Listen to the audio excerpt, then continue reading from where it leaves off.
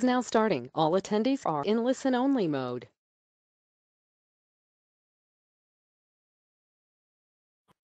Well, good afternoon, everybody, and welcome to this Just webinar, PS1901, going beyond the standard. So welcome everyone to this afternoon's session. Interesting topic, just about to come in, some new legislation. We're going to talk about specifically the issues around annuities and the new set of rules that are coming into play from the 1st of November. So we're going to talk about, in terms of PS1901, what is it? What do we have to do about it? Why is it important? Getting into some of the detail this afternoon as well, and a few action points and some takeaways to leave you with. So as I say, it's focusing on the annuity side of things. I don't know, it says going beyond the standard there. I'm not sure if there is such a thing as a standard rate anymore. We'll come on to address some of that.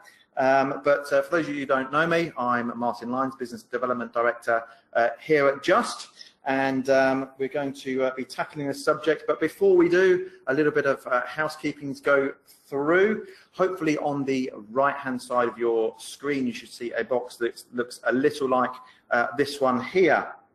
And Anna is here with me this afternoon, waiting for your questions or anything that you might want to comment on. If there's any issues with the technology or anything like that, there's a space here to raise your hand, at least metaphorically.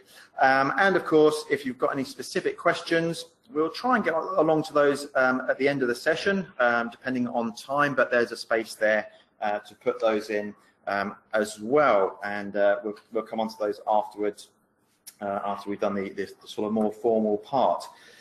So there's lots of news around the whole annuity space at the moment. Lots of things in the press, of course, about value and things like that. But actually reading through some of those articles more recently, whilst there are some commentaries around annuities and the annuity market as a whole, one of the key things that is coming out is whether people were asked sufficient questions around health and lifestyle and things like that. So this piece of legislation, this policy statement from the FCA, really follows on from those of you who have been with us on this journey from PS1912, which was all about information prompts. And things have changed slightly. So what we're going to do in this session, just looking at the learning objectives here, is recognize these 6. Yes, I said 6 types of prompt templates. There were 3 before, if you remember. But in a couple of days' time, or a few days' time, there will be 6 of them. And I'll come on to explain why that is. But these information prompts, of course, are all designed to prompt people to shop around. And a lot of the information in the policy statement is basically helping people to make sure that when they are comparing products, annuities specifically, they are getting the right information down and comparing like for like. We'll discuss the implications for advisors firms. I think very much in this policy statement, whilst I think we all know the benefits of making sure people are given the right information, the emphasis really here is on the front end part of the process, the questioning that advisors are making and firms are making to clients in order to elicit the correct information. What sorts of questions should be asked around health and lifestyle? Specifically, are we asking the right questions and in the right way to make sure that we're identifying people who could get a better rate of income? And in terms of examining how to obtain those personalized information prompt figures, you know, the key thing about this is that if we get this right in the first instance at, you know, initial quotation stage, then the more correct information we have, the less likelihood, I suppose, there is of doing requotes thereafter. And of course, giving a proper comparison to consumers, even if they're not going to go down the annuity route, and making sure they're making that correct comparison against perhaps what's sustainable in a flexible access type environment. So let's get into the detail. Let's get into looking at what this is all about. So here is what the legislation or the policy statement says about this front-end question type of thing. Now, in the Retirement Outcomes Review, we learned that people aren't necessarily properly shopping around for the right income, whether that be based on inertia and sticking with the existing provider, brand recognition, all these sorts of things, or just an issue in terms of disclosure. But what we have in this statement is the following. The statement says that we should be asking those consumers who, and I've put in bold here, express an interest in buying an annuity, questions to decide whether they are potentially eligible to buy an enhanced annuity. Now, enhanced, standard, this is the terminology that's being used here, but we'll explore that a little bit later on. And to use that enhanced annuity information, where relevant, to generate a market-leading annuity quote. So we know there have been previous changes to retirement packs, wake-up packs and so forth. We know that there's been moves to bring the open market option to the fore in terms of that type of documentation. But clearly, what the FCA are perhaps saying here is there's still not enough. They've actually introducing more rules here, more guidance, I suppose, in terms of what we ought to be doing. Is this going far enough? Now, I suppose we could have a fairly philosophical discussion here, couldn't we, around what does expressing an interest mean? You know, what does it mean to express an interest in an annuity? Are we asking the question around whether a client is interested or not, but really examining that in detail? And we all know that, you know, the word annuity perhaps goes along with a number of other thought processes that clients might have, particularly in light of pension freedoms and things like that. Maybe some of the things that have been said in the press and in the media and so forth around people's perception of annuities. But if we start to look at whether people are interested in having a guaranteed income for the rest of their life, maybe there is quite a bit of interest there.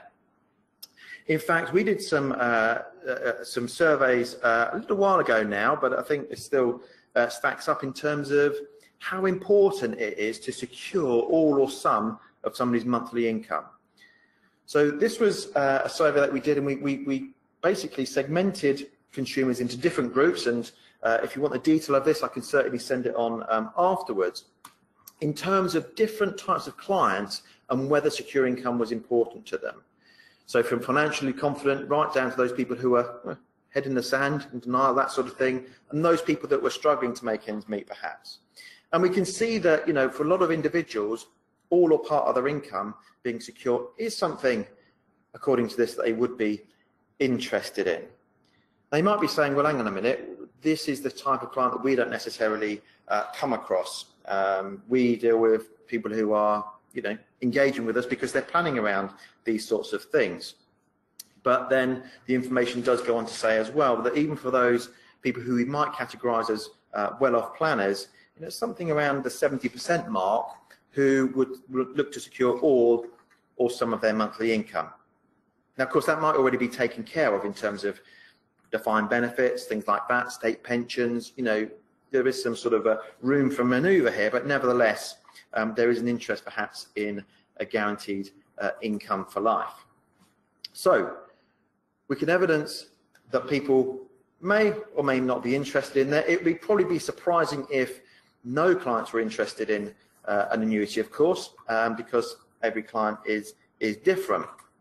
So what the FCA have stated here is just a reiteration of firms' responsibilities to ask the sufficient questions to establish eligibility and generate that market-leading enhanced annuity quote.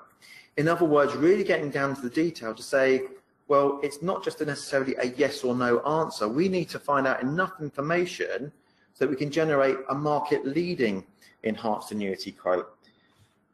But there's a balance to be had here, isn't there, in terms of, you know, the cost and the time spent doing these sort of things, especially if it's for sort of an initial inquiry.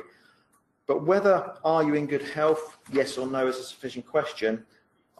From looking at this document here and reading through it, the suggestion is that that's probably not going far enough at that first sort of port of call. So again, this document is really about what are people doing in the first instance to establish that eligibility.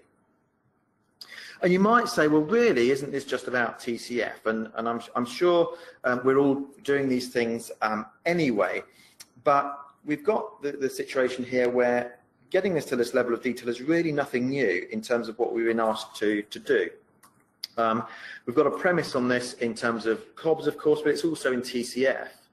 And here are the sort of 6 TCF outcomes, if you like, the reminders around where this sits. And we can see that in TCF number 4, the advice should be suitable and take account of all of their circumstances, the client's individual circumstances, not just necessarily assuming that a client only qualifies, if you like, and I'll use these terms loosely as we'll go on to see, for a standard rate. Interestingly, I think point 5 is also a good one around products performing as they have led to believe. There's your amount it's going to cost you. There's the amount of a guaranteed income. That's what the product was expected to do. So obviously TCF is a big part of this. But in terms of the level of detail that's required, what should we be doing? What's reasonable in terms of the sorts of questions that should be asked to determine if somebody qualifies for a high rate of income? Now, there are no kind of hard and fast rules around this, which, I don't know, in some ways isn't necessarily helpful in terms of trying to establish what reasonable looks like.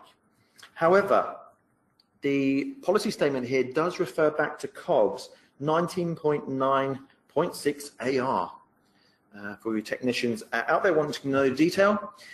So what the FCA are saying here is that there are some examples that they have put together of these sorts of health and lifestyle circumstances which may indicate that a retail client is eligible for an enhanced annuity. Again, they're not hard and fast, but I would have thought that if the regulator is suggesting that these are a good idea, it's probably a good starting point. So, whether the client was a smoker, for example, height, waist, and waist size, and whether these are outside normal ranges. So every consumer is different. We could add to this, couldn't we? And I suppose this would be information that is gathered anyway. Postcodes. Everyone's got a different postcodes. Given a room full of people with the same age, bearing in mind we've now had gender equalisation, the same fund size, everyone would get potentially an individual rate just because of some what some would consider small factors are different. You can even find situations where people who are outside the normal BMI range and are actually underweight will get an enhancement as well. Number of units of alcohol the client consumes per week is another question. And these might be questions that you might want to, might lead on to other questions as well. Obviously, we get reports every week, don't we, in the press and various journals that tell us what's good for us this week and what was good for us this week was bad for us last week and all these sorts of things. None of us are underwriters, but at least we can, have a look at these kind of things. And then medication. We get situations, don't we, where a client might say, yeah, they're in good health, I'm in perfectly good health, thanks very much, blood pressure's fine, and then you find out it's only fine because they're having some sort of medication for these sorts of things. So they might have high blood pressure, high cholesterol, or more serious health conditions. So the recommendation here, I suppose, from our point of view, is to say, should there be a set of gateway questions that go above and beyond yes or no in terms of are you in good health, but at least give an indication of whether some further questions should be asked. So maybe now is a good time to go to a poll question to see what people are doing currently. So let's have a look at this question here. Now, you should be able to answer this on your screen. It's fairly straightforward, but just giving an idea. Do you already have a set of gateway questions? Maybe they look a little bit like these ones to assess eligibility for enhanced rates, and it's a yes or no question there, so it's fairly straightforward. I think it's interesting to just as those are coming in, just to think about the sort of behavioural bias that often comes in here as well. I know that if somebody asks me, how are you feeling today? What's the standard answer? I'm fine. I'm fine. How many of us do that? And I wonder how many clients do that if you ask them the question, are you in good health? And we'll have a little bit of a look at that a bit later on. So once that information is collated, let's just get a poll straw of how that looks at the moment. Yeah, so so a lot of people have those sorts of questions. I mean, we have some documentation, a review process that we use that would include these questions, which again we can let you have. But for some of individuals there may be a question in terms of some of the action points for this, of saying, well, you know what, that's quite a good idea. I can get even better at assessing this eligibility for enhanced annuity just by putting some of these questions in there. So thanks for your feedback on that. I mentioned that we have our set of questions that we tend to use, and funnily enough, they match very closely to the ones that we've just seen as well. You'll notice the height and weight situation there. Is it in the amber zone and all this kind of thing? Well, we tend to recommend that's accompanied by the BMI chart, which is why you've got the situation there regarding the amber zone. So that's stage one. Are people interested in an annuity? What we're finding from the work we're doing in behavioural bias is that often, given pension freedoms and things like that, there is something to get past in terms of what clients have already heard and what assumptions they may have made, in terms of, various biases that are going on. So really tackling that and making sure that we've really established if somebody's interested in guaranteed income for life is going to be key, and then this set of questions to take that a little bit further. So I guess that's kind of what it's about. Those are the some of the key facets of the policy statement here. In terms of why it's important and the difference it can make, I would probably say that this reference to standard and enhanced or even impaired annuities, dare I say, even though that's what's mentioned in the paper, is in some ways a little bit outdated, because I think we're at a situation now that we've come past the evolvement of standard and impaired into something else. So it used to be the case that you had this qualification line, didn't it, where a standard rate annuity was however much it would be, and everybody got that standard rate, unless there was a very good reason through underwriting or something else to get an enhanced rate, or even a more severe condition, an impaired life annuity. And there was definitely that step change in that qualification line. And maybe the assumption was that most people would get standard and it'd be unusual for people to get impaired. And I don't think that's necessarily the case. However, what we find more and more now is that people are recognizing that everyone gets a personalized rate. So the idea that there's a standard rate and all of a sudden there's a line after which an enhanced rate exists is not necessarily the case. As we said before, everyone has a different postcode, a different height and weight, different lifestyles, and even the smallest difference can change somebody's income level that they might be expecting in retirement. Just to take that a stage further, and why this is important in terms of establishing this, it could be very easy just to assume that somebody is going to get a standard rate annuity. So let's take these 5 individuals here. Now, those of us that have joined us on webinars and presentations before will be familiar with Bob, Mary, Helen, David, John. We're getting to know them quite well, but we do update these on a periodic basis.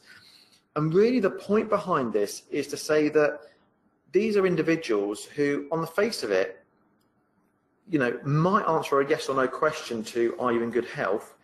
They might say yes. You can see there are some key differences between those individuals, but they're the same age, they've got different marital statuses, heights and weights, and alcohol consumption. You might say some of them might be a little bit high on those intakes and so forth, but none of us are underwriters, and to make those assumptions could be a bit tricky. So this is just for fun, I suppose. Well, I've got no poll question on this, but let's have a think about who might get the highest income from these scenarios. Again, this is only based on 3 things plus postcode and age in this particular example. So they're all age 65, £100,000. I'll give you a moment. I haven't got any sort of music playing in the background, but we'll have a look at this in a second.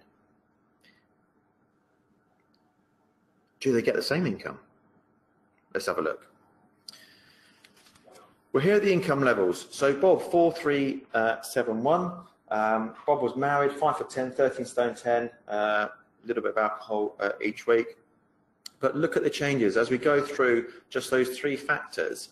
And there's a 12% difference here, by my calculation, between Bob and John, for example. So just by asking those questions of somebody who might have said, yeah, I'm fine, thanks, you know, I don't have any medical or lifestyle issues, you can see the sorts of difference that we can achieve there. And of course, it might be a case of going for those 5 questions, and there might be some further questions to ask. If we've identified from those 5 questions that somebody might require further underwriting, then maybe it's a case of going to the good old retirement health form and having a look at that. Now, the retirement health form can be quite a lengthy document, but maybe it's a case of balancing this and saying, well, okay, what are the questions pertaining to what Bob, Mary had? What have they told us, and are there any specific questions in here which pertain to that particular condition? So if we know somebody's got high blood pressure, for example, what medication are they on? These type of things. What other details can we have around that, just to get a reasonable indication of the available rate? Of course, the good thing about the retirement health form is that it will give you the right answer straight away. So you wouldn't necessarily have to be going backwards and forwards if we find out a new piece of information.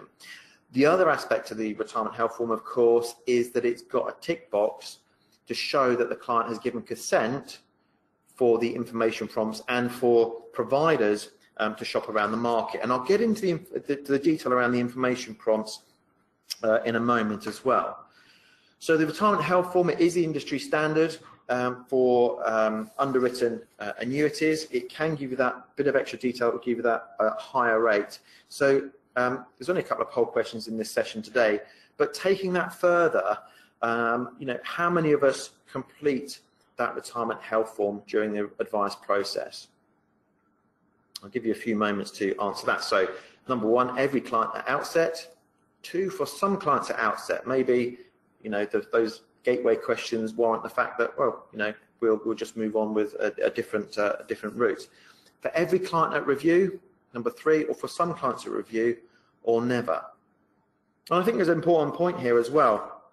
You know, if you've got somebody who's in a drawdown type scenario, clearly you've always got that option to annuitize as and when the time is right. Client circumstances change. The importance of looking at this at review is arguably as important as looking at it from outset. And again, we've got more information on that in terms of what a review process might look like. So let's have a look at what people are doing. Might give you some details around what your counterparts around the country are doing around this as well.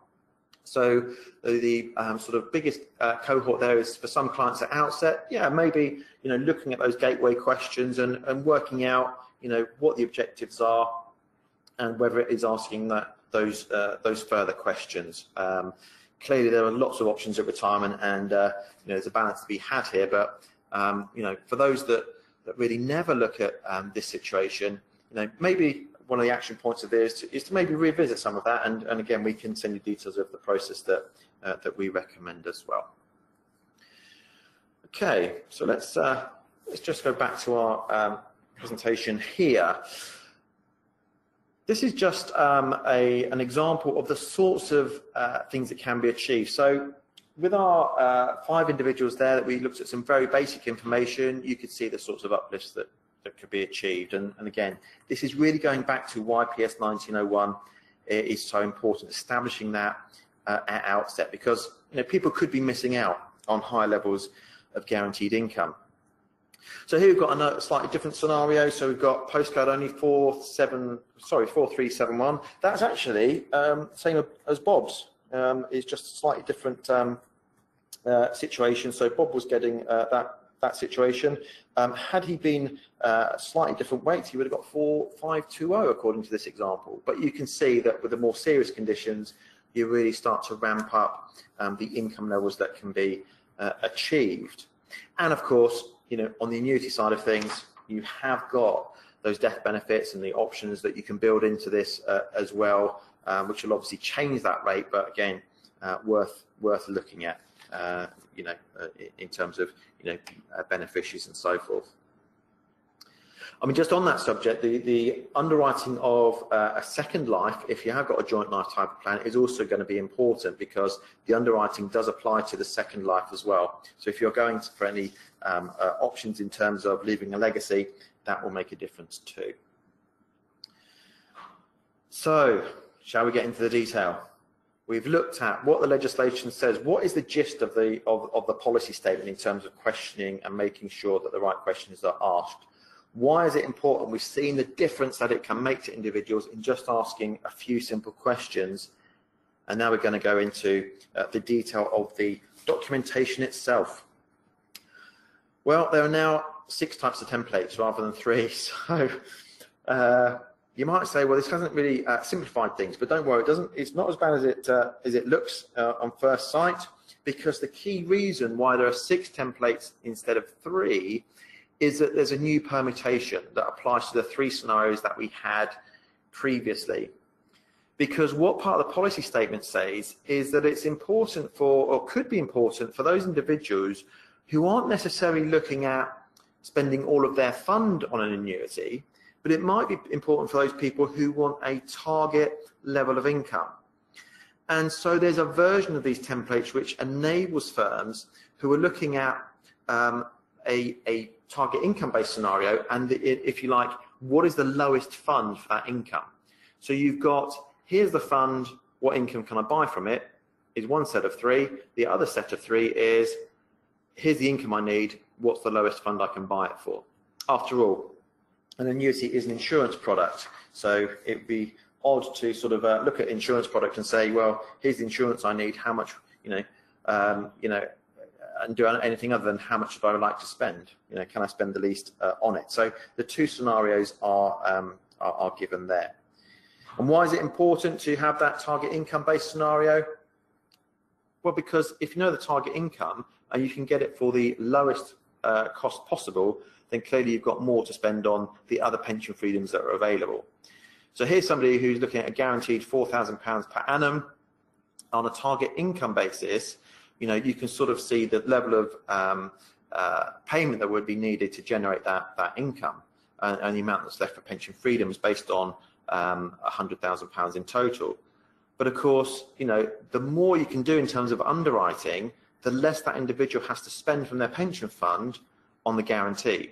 I mean, just look at the difference between the person who is in excellent health, no health issues at all, to somebody reasonable, so slightly underweight, ex-smoker, high blood pressure and cholesterol, and so forth. And just by asking those few questions, that particular individual's got £13,000 more in their fund than they would have had if we hadn't shopped around for the best rate and using the lowest fund value in that particular example. So that's why there are 6 types of templates: target income, as well as looking at the income for a set fund. So here's my little summary in terms of what these templates mean. So template number 1 is looking at the documentation that has to be sent out with every quote for guaranteed income via an annuity, where the provider does not provide the highest income. So some might say this is a bit like turkeys voting for Christmas. So if we say, well, here's our quote, here's our quote from Just, it's £4,000 per annum for this individual, we would have to send a piece of paper alongside that says, is this the best quote you can get? And we'd have to say, well, not necessarily, because there's a better one in the market. We wouldn't be able to tell you who that quote was from, but of course, if you're shopping around anyway, you'd be able to identify that. And template number 4 is simply the target income benefit side of that. So have we got the lowest fund to provide a set level of income, yes or no? And that's template 4. But this is where the provider that's offering the quote isn't providing the best deal. And it looks a little bit like this. I've just done the income-based one. So our quote, will provide you with an income of £4,000 per annum. Can you get a better income from your annuity? Yes, you can. There's one for 4,200 or whatever it might be. And then there's a a target income based one of those as well. The next one is template number 2. This is one, obviously, we like sending out the most because this is where you are better off putting the business with Just. So this is clearly the one we send out most commonly, you would hope. But nevertheless, this is the one that says, here's our income of £4,000 per annum. Is that the best in the market? Yes, it is. We've looked around the marketplace and yes, it is. And then again, template number 5 is the equivalent for target income. The other thing about this one is that it actually shows you whether the protected benefits are the highest income as well. So it's almost like a 2A and 2B really on this one. So basically what it says is, if our quote is the highest, this annuity will provide you an annual income of, say, £4,000. Can you get better income from your annuity? No. This is the best quote available to you. Or the same template would also give you the wording that says, actually, is this the best income you can have? Well, it is from a provider, but it might not be in terms of, or certainly from this exercise we're doing here, but your existing provider may have a guaranteed annuity rate which is higher, or you may have a GMP or other protected benefits that are higher. So template 2, template 5 does a slightly different job as well, but ordinarily that's where the best rate, template 2, that's the one you would send out with the quotation. Bearing in mind, though, that if it comes up that the protected benefits are higher, or GAR or GMP, something like that, bear in mind that might not be from today. That might be in 5 years' time or whenever the benefit is payable. So I guess you have to assess whether you want to be looking at cost of delay and things like that. In each of these instances, the assumption is that the person will send in not only their consent, and that consent can be taken from advisors over the phone because you're the sort of data controller really, and we'll take your word for that in terms of the client has given their consent for us to shop around the market to produce that piece of paper. You'd expect people therefore to do some medical questions and lifestyle questions at that point. However, if they don't, it's probably good practice to put some wording in that says, hey, we've not actually had all the information about your health and lifestyle details. We're sending out this template as a comparison, but make sure that you're aware that you could have got a better income by providing a bit of extra detail as well. And then you've got the situation where the client doesn't give any consent for a market leading rate. So this is where either you're coming for us for a quotation and you've asked the client for their consent around the provider shopping around the market so we can offer these comparisons, and for whatever reason that consent's not been obtained. Or perhaps the retirement health form comes in and the client hasn't marked the box, or has marked the box that says I don't give my consent in this particular example. In those situations, in terms of comparison, well, clearly the comparison can't be done from our perspective, but we still have to send out a template. So template 3 would say, this annuity quote will provide you with an annual income of, let's use £4,000 again. Can you get a better income from your annuity? Don't know, because we haven't had your consent on that. Incidentally, it is worth bearing in mind that whilst I'm expressing this as something that a piece of paper that the provider has to send out, it could be something that you do from a firm perspective. So what the legislation is that anyone who issues a guaranteed quote must ensure that the retail customer gets one of these information prompts. And that could be us, or it could be you from your own firm's perspective. You may decide that you want to collate all these quotes, tie up with the one that says, actually that's the best rate, and send out template 2 or template 5, which is, funnily enough, why we've got white labeled versions available to you as well. So that's the detail. We've got to go through that for completeness, but of course a lot of that will be behind the scenes, but I hope it gives you some idea in terms of what's required there. There is this reminder as well on templates 3 and 6. Now, since PS1901 was published, there have been a few changes around pointing out the importance of underwritten annuities. Again, they term it as enhanced. The original concept was that actually, because firms are already doing this, because people are collecting the information, then maybe there's not such an onus on putting these sorts of questions and these sorts of statements in the information prompts. That is no longer the case. They've now decided, actually, yeah, we do need to remind people in the information prompts as well. So just from belt and braces point of view, that kind of gives you coverage, if you like, of making sure that that's been covered off. So there's a bit of a summary. You'll get copies of these slides that hopefully will enable you to have that as a bit of a an aid memoir, as they say. But what does all of this mean? We've looked at what the policy statement says in terms of the onus on making sure that we've established an interest, or whether there's an interest, and we've done that robustly. We've looked at the sorts of questions that people might want to use as those gateway questions, and whether it's to determine whether more questions need to be asked. Ultimately, the full RHF, if appropriate. And we've looked at the detail in terms of the prompt templates themselves.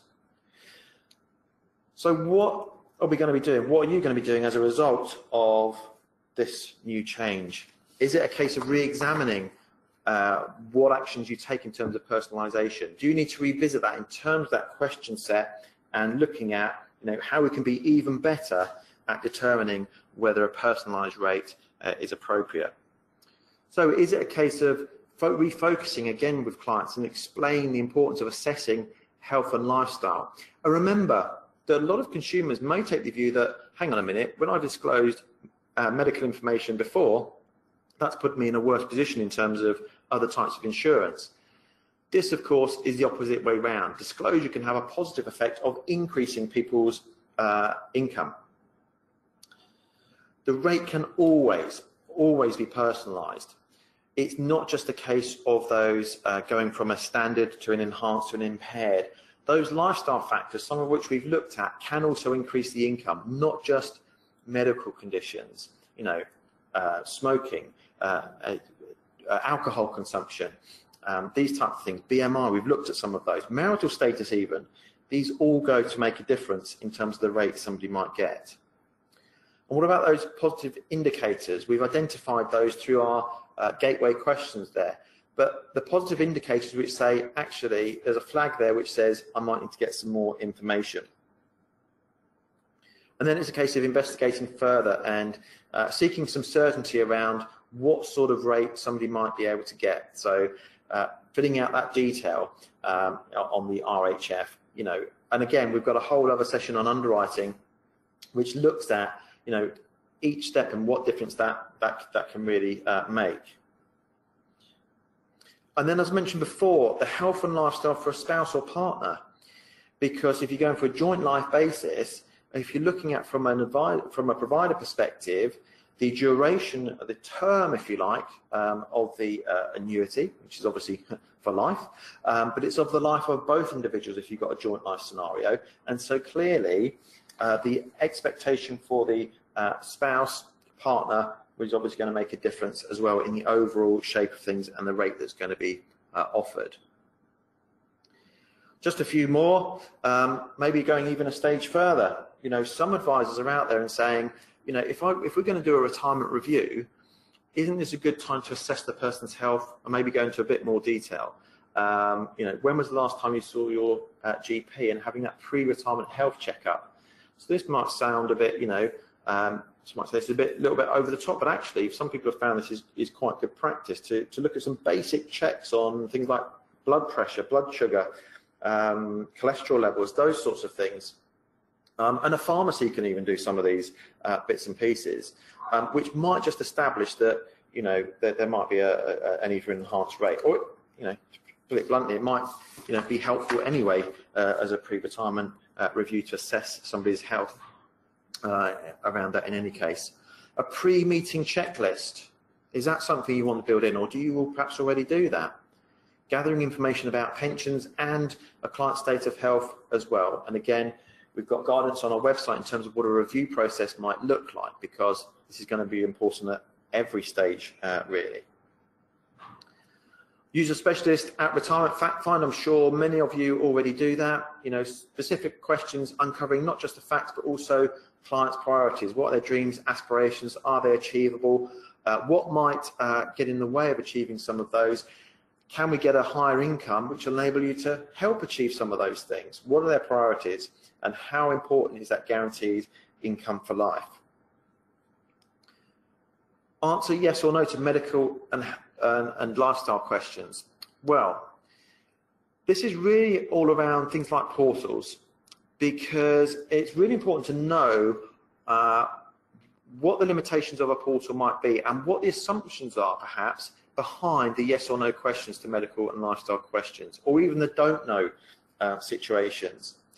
And what you might find is that assumptions are made behind the scenes for a don't know situation or a yes or no question, in terms of, to the extent to which that might be an issue for the individual. So again, ideally, retirement health, I know a lot of portals are kind of really developing and personalising the information that you can put in there. But again, the accuracy of the information is absolutely key for all of this. So understanding how the portal works and whether the rate is guaranteed or indicative. So hopefully there's a few pointers there. Maybe it's just a case of thinking about, what am I going to do differently? How can I get even better at this underwriting piece to make sure that I'm making the correct comparisons? There's our 5 question set. So again, it might be just a case of, well, after today, I might just, add in a few more questions onto my retirement fact find to make sure that I'm in line with this new PS19 that has come in. That will enable me to establish and demonstrate that I am asking reasonable questions. Again, no hard and fast rules around that, but from COBS, it seems to be, the sort of question that is being expected around that.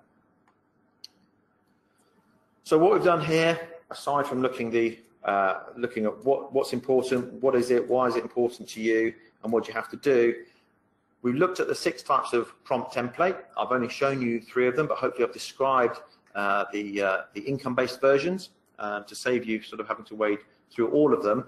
They are, of course, in the addendum to PS1901, so you can have a look at them in there as well. The implications for advisor firms, again, they've gone a stage further. We've already had PS1712. We already had changes to wake-up packs, the prominence of enhanced annuities, as they call them. But this is going a stage further and continuing to push on firms to say, look, we need to make sure that we're going beyond that yes or no situation when it comes to health. And we've examined how to obtain personalised information prompt figures by using that question set that we've been through there. So hopefully that's given you some detail there around PS1901. As I say, specific to the annuity side of things, and just reiterating the need for underwriting. So hopefully we've met those objectives. What we're going to do in terms of issuing the slides, the way we're going to do that is actually make them available from our webinar library on Just Advisor. That's probably the best way to get hold of them, perhaps, rather than us issuing them. So you'll be able to find them as of the end of this week. So you'll be able to do that. You'll be even able to watch again, should you really wish to do so. But at this stage, I'm just going to look at some of the questions that have come in. Again, there's no hard and fast rules on this. A lot of the guidance that we're having is principle based. So some of the questions we have around the extent of the questions that we've got here: is it acceptable to quote for money advice service or similar for initial indications, followed up by full quotes using generic medical questionnaires if the case moves forward? Again, all we can iterate is what COBS says around the 5 indicative questions. So it may be looking at what MAS say around that. Certainly, when it comes to the information prompts themselves, in terms of what the statements say, is that the recommendation around clients looking to get more information about underwriting and shopping around, they actually give the MAS website and phone number. So clearly this is a lot of this is based towards non-advised, but that's the wording within the statement. So yes, MAS, a good place to start, but yes, maybe there's some more questions that can be asked thereafter. Quotes from the companies that subscribe to the enhanced questionnaire. Should we only ask for quotes from those companies? Most of the companies that offer enhanced terms will use the questionnaire. Clearly, there are those that will only use things like perhaps a postcode or some very, you know, some kind of very specific information. I would have thought that you're still going to look at the whole of market. There are those companies out there. You do get circumstances, dare I say it, where you know, you could get a very good standard rate. I'll use the word standard in inverted commas.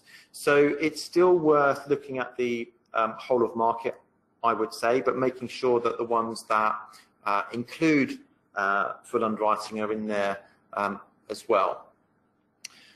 Should we do an enhanced questionnaire for every client rather than just take a chance or missing something? That would be, in my view, the belt and braces way of doing things. I think what the FCA are trying to do here, and certainly the response to people that have answered to the paper, is this concern around the sort of cost-benefit analysis.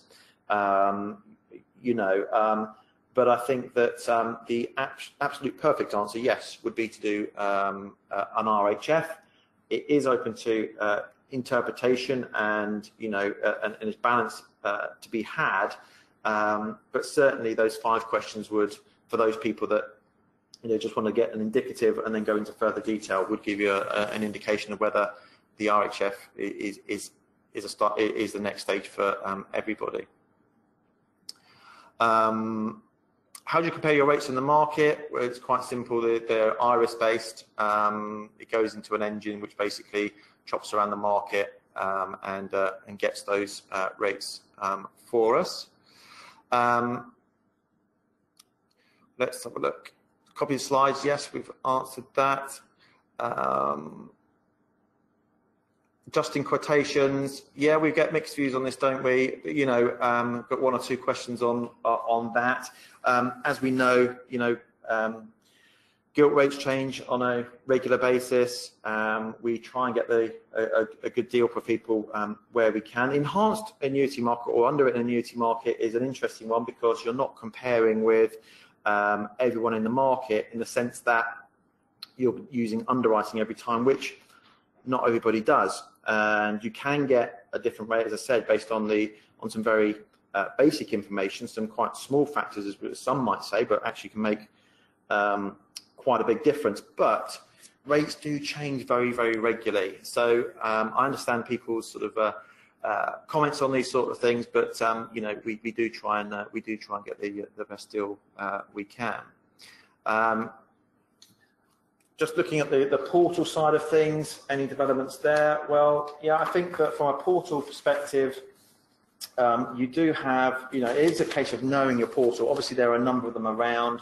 I think it is important to know what Don't Know actually gives you, and you know, those, you know, making sure that the information is accurate. It's that whole saying, isn't it? You know, garbage in, garbage out. The information that you're going to get is only as good as the information that is put into the system in the first place. There are other developments, of course. I mean, some of you may have read about our secure lifetime income arrangement, which is portal-based, where you can get a guaranteed income for life, which is quoted using a portal. Sorry, a platform that's currently on with Nova at the moment. So you can do all of that online. It's a slightly different animal in the sense that it's a guaranteed element of a SIP, typically within a platform. That will give you an easy way of doing the underwriting specific to us at the moment, but it means that you only get the questions that are relevant to that particular client. So certainly there are developments on that, and again, I'm sure if you want to know more detail on that, then do contact your normal point of contact here at Just on that as well. Some very sort of similar to sort of bunching these questions together a little bit.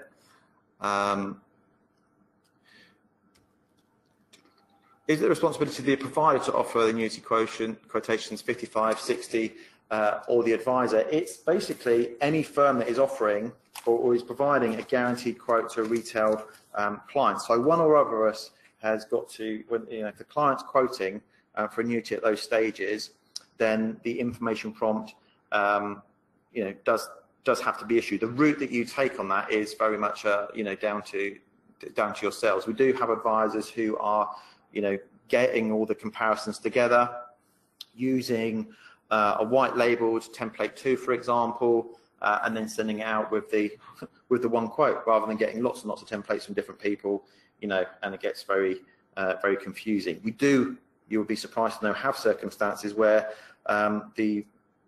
everyone's quoting the best rate, or and there are some anomalies in here whereby it does take a bit of sorting through sometimes. So from an advisor perspective, because you're getting the comparisons anyway, each coming with those templates, it's the one with template 2 that is going to ultimately typically be sent out, unless of course the client hasn't consented.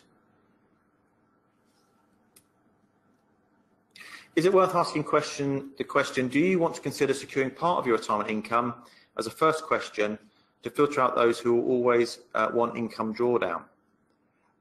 Absolutely.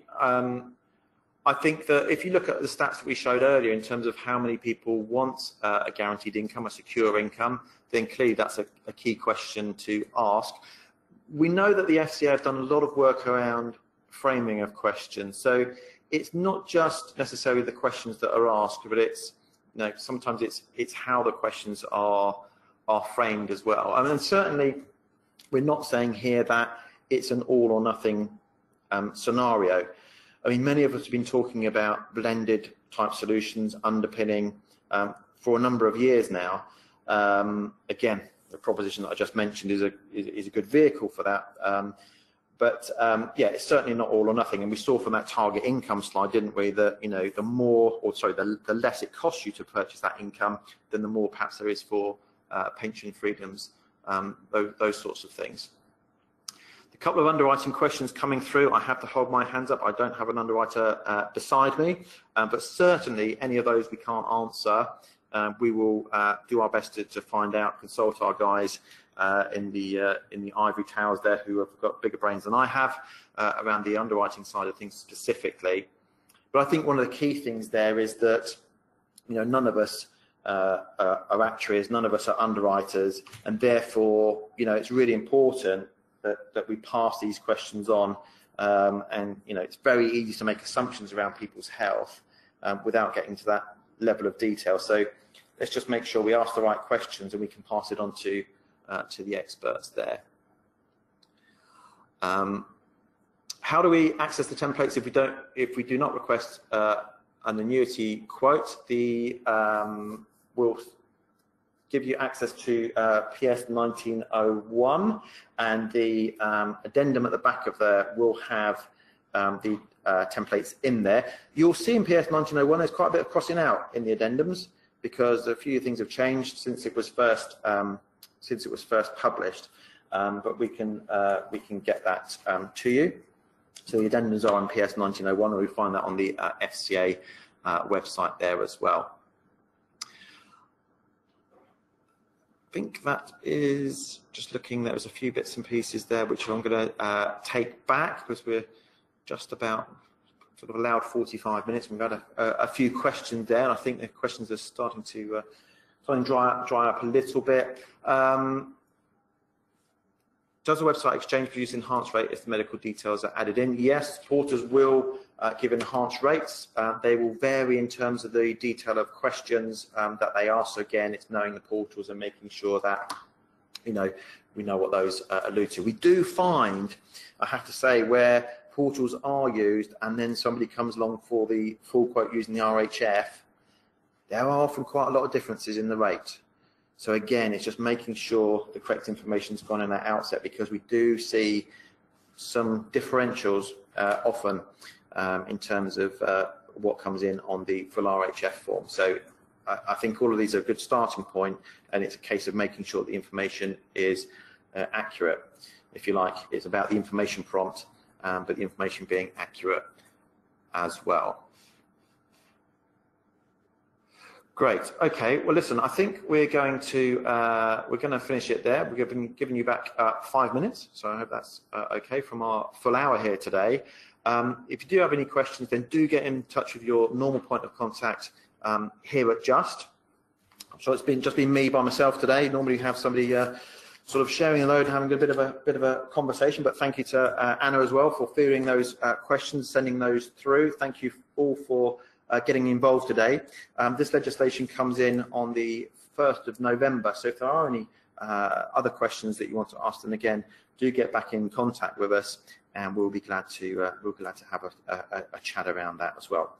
Thanks again for joining us. I hope you enjoy the rest of your day, and speak to you soon.